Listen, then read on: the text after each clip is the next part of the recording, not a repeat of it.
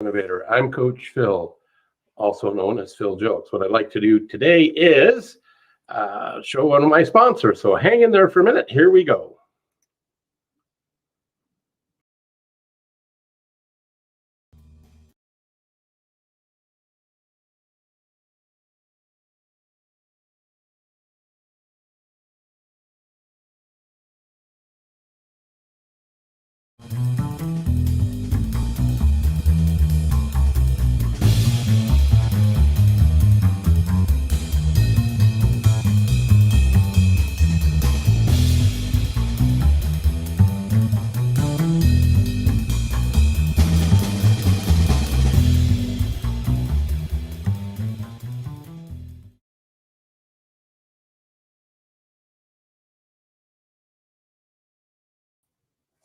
And here I'm back. That was a sponsor by me, Focal Point, because that's one of the organizations I hang out with. It's a group of professional business coaches, entrepreneur leaders, and developers, trainers, and facilitators across the globe.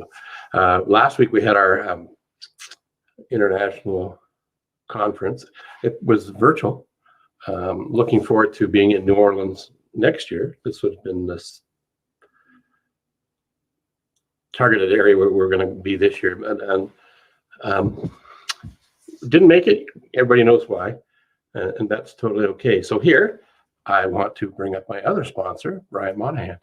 Brian Monahan is the author curator of Customer Delight 365. Got a really short quote, but Brian's take on it's quite long and detailed, but it's very good. So this quote is by Michael Hartzell. And it's basically principles before rules, progress before perfection. Brian's take is that this might be the simplest formula I've come across for creating excessive customer delight. Applying rules over principles is similar to missing the forest for the trees.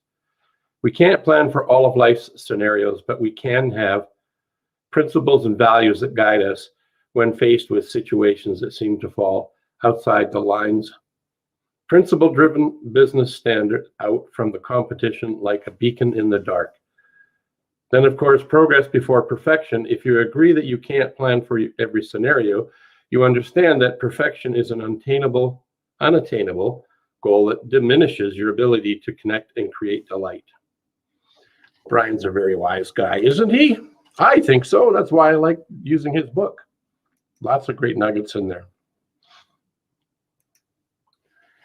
So I was up early this morning and I was watching the relatively young movie Think and Grow Rich, which was inspired by the author of the book of the same name, Napoleon Hill.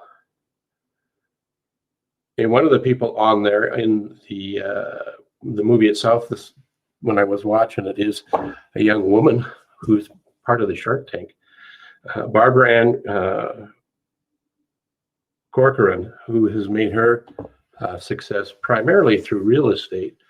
She's a huge fan of Think and Grow Rich, talks about many of the principles, having goals, a burning desire, and visualizing herself at her future best, and recognizing what her strengths are and finding somebody to look after her weaknesses.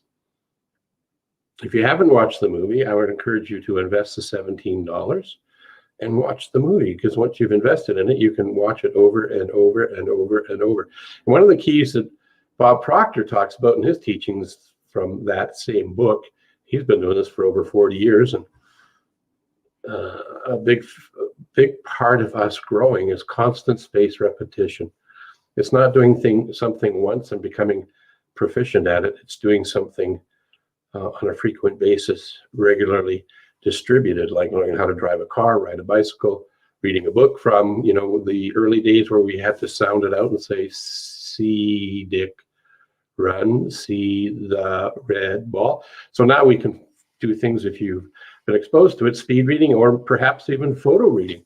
Yes, you can actually photo read. So those skills are developed with constant spaced repetition. It doesn't happen instantaneously overnight for the most part. There are odd occasions that when you make up your mind to do something, the change can happen rapidly. I heard something the other day that would remind me of that. And that was someone who was a smoker and loved to smoke. And people say quitting smoking is hard. And being a former smoker, I agree it can be challenging. It can be hard. I stopped smoking 2 times. The first time was relatively easy, so to speak. But the second time was even easier, believe it or not. I used a hypnotist. So if you find ways to help you get through the challenge that you face, it might be easier than what you think. So I guess in the story of the fellow who got diagnosed as a smoker, that the doctor said that he had about 6 months to live if he continues to smoke. That's something to do with his heart. So something that was hard and difficult prior to hearing what the doctor said had such an emotional charge and impact for this individual that he decided immediately to be a non-smoker. So he stopped smoking instantaneously. So I guess sometimes change can happen overnight, so to speak. Often, though, that's not the case. And what it does take is constant spaced repetition. So reading Think and Grow Rich, or your favorite book that's going to help you get to where you want to get to, is probably a good idea to read it more than once, and more than just read it, study the darn thing. I have a couple of versions. This one's actually fallen apart. I had it cut so the pages were able to turn, and I had one of those plastic, I think they're called Surlocks binders in there, but it was so old, and because I've had this book since the late 70s, and the plastic eventually fatigued and broke away. So I've never bothered to get it rebound. I just keep it like this with a massive bulldog clip on it. So in this book here, it's actually Think and Grow Rich and the action-packed guide in the back. And I've written in it and colored in it and marked it up and put Post-its in it. Matter of fact, one of the Post-its reminds me of a page I want to read and share with you guys today, and that is a poem. I don't know if anybody knows who the author of it is, but I'm going to do my best to read it for you. If you think you are beaten, you are. If you think you dare not, you don't. If you like to win but think you can't, it's almost certain you won't. If you think you'll lose, you've lost. For out of the world we find, success begins with a fellow's will. It's all in the state of mind. If you think you are outclassed, you are. You've got to think high to rise. You've got to be sure of yourself before you can ever win a prize.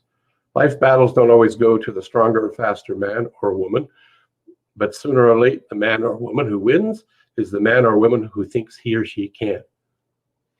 So that ties into this book, and I think Think and Grow Rich, that poem summarizes it essentially, is we become what we think about most of the time, and the more emotion we attach to that thought process, good or bad, negative or positive, the faster we'll get there. So what are your thoughts doing? Are they taking you towards what you want to be and become, do and have, or are they holding you back and keeping you stuck in your isness, which is your isness is where you are in your habitual thinking.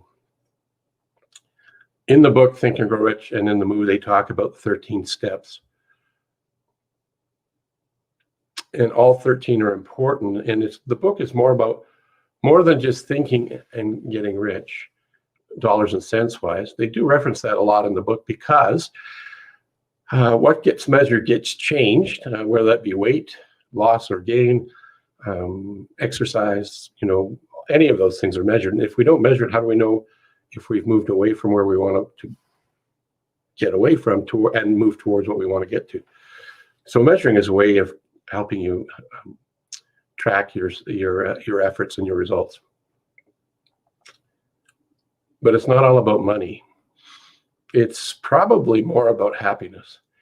It's just the money's easier to measure. So if you were to take the 13 steps and apply them like those that came before you and leverage their experience or knowledge and their ideas, like you can get the movie, $17 for life.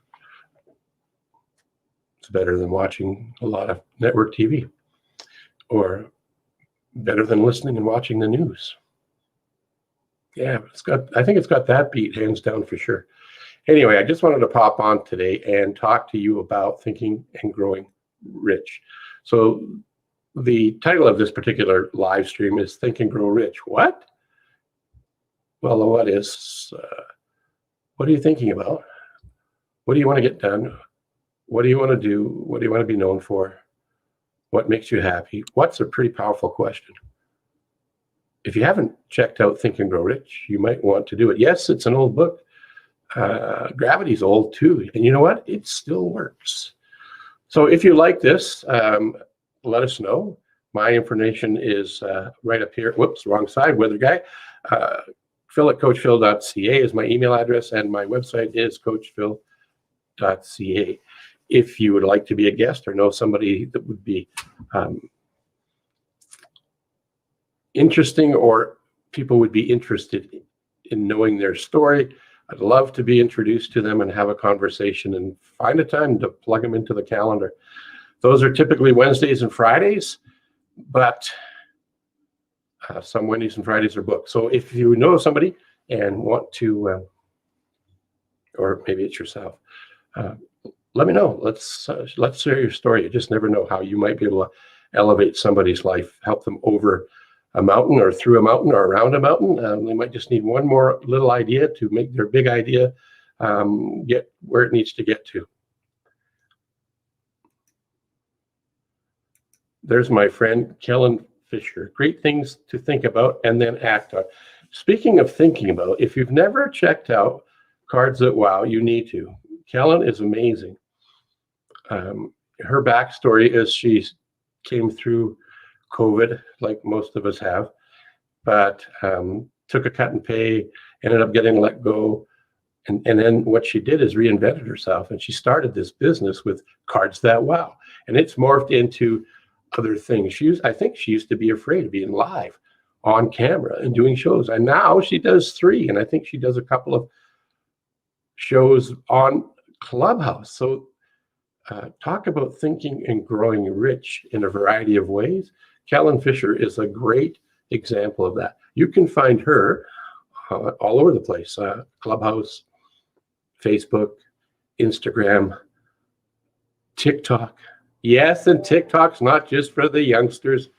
Matter of fact, the average age is anywhere between 35 and 60. The demographics have absolutely changed. The things you can learn and the people you can meet in a variety of different places if you put yourself out there with authenticity, just like Kellen does. Kellen, thanks for being here. Love you. On that, I'm ending it, wrapping it up. This is just a short Monday motivational live stream with some information about a really good book that's been around a long time that's helped. Well, at the time of this red covered book, it said 10 million people have read this book. And this book was early 70s was published. And there's been more versions of it printed since. And there's still a Napoleon Hill Foundation that's still out there. So there's a few tips. Take them if you may, and if you like, and use them in any way you like. If you would like to have a conversation with me, Phil@coachphil.ca. And remember, be wonderful. And you spell wonderful with a U because you are wonderful.